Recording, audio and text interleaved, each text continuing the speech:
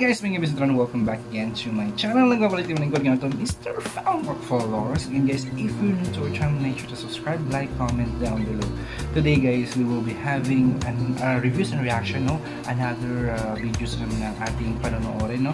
Feedback, opinion, at mga idea no, sa napapapalood nating videos ngayong araw na to.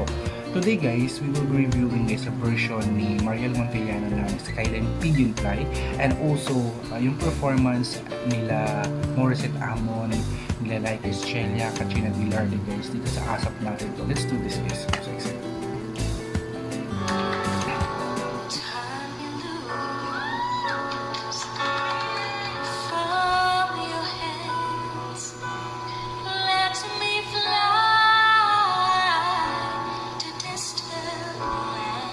Ang distinct ng voice.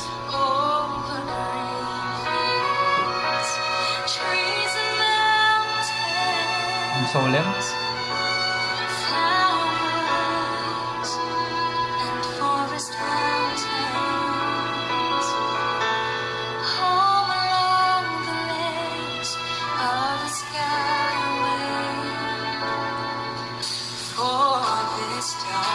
Oh, this time.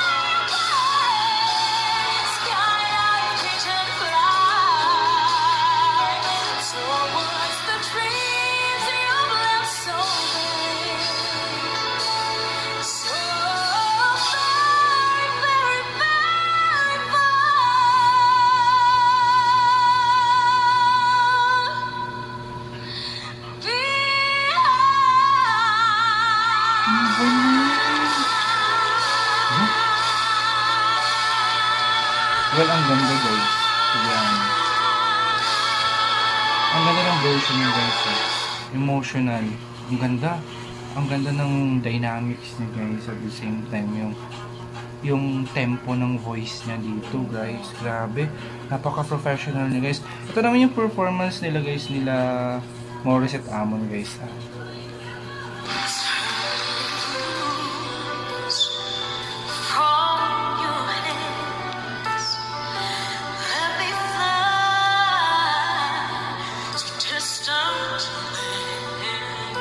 Grabe din ito eh. Mamaw. Unang lines pa lang eh. Hindi nagpapakabog.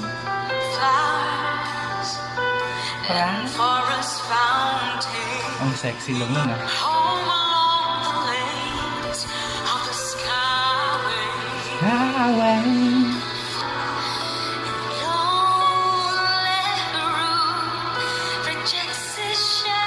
Laika. Ang unique ng voice.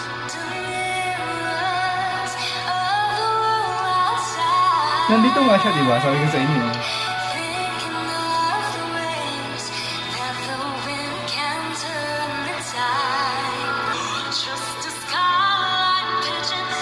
Grabe.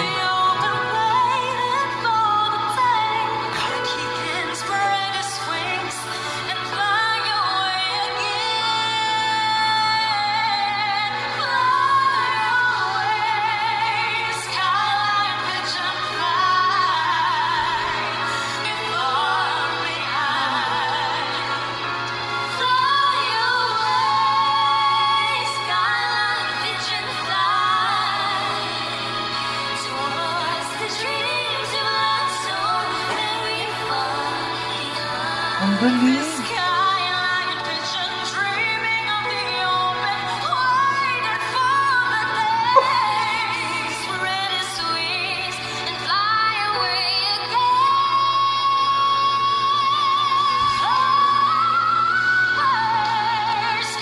Grabe, nagbabatuhan sa ng high notes ha.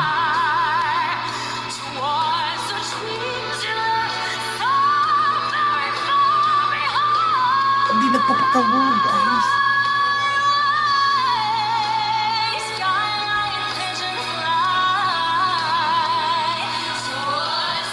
Ang humble lang, grabe.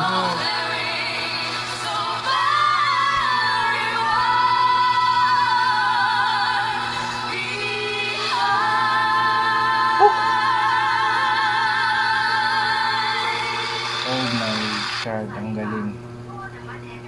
Bagay, magaling naman talaga silang lahat dito guys. Kasi syempre, apat sila versus 1, di ba? Oh, combination yun. Morissette Amon yun guys eh. Katina Villardi yan, Laika Estrella yan. And Muriel Montellano. So, naging part dito siya guys sa ASAP champion. So, nakakatuwa lang kasi nabubuhay yung mga old songs, which is yung mga favorite song ko talaga guys, yung mga oldest style baga. So, tapos na binibigyan nila ng new rendition. So, mas lalong gumaganda pa yung mga song na ito na hindi talaga makakalimutan ng tao, 'di ba? Skyline Pilit Line is ano yan eh, panahon pa yan ng papa ko yan eh. Baga, panahon pa yan ng lolo ko yan, na kinakanta na talaga yan sa video okay man or kahit saan man, sa VHS man or sa mga CD man, kinakanta talaga yan guys. So ngayon nabuhayan siya ng mga new version. So nakakatuwa lang, no, kasi maraming gumagawa ng version ng ganitong kanta, pero sa kanila ko lang na-appreciate yung song na ito guys, na binuhay nila ulit. Iba yung impact nila pag mga Pilipino talaga yung kumakanta. Nandun yung heart, nandun yung voice quality, nandun na, complete package na talaga. Totoo guys. So yun lang guys, yung reviews and reaction ngayon, no? Kung ano man yung opinion nyo sa napanood natin, just comment down below at pag-usapan natin yun guys. Once again, this is Samuel Torres. I'm doing a reaction video. Good night.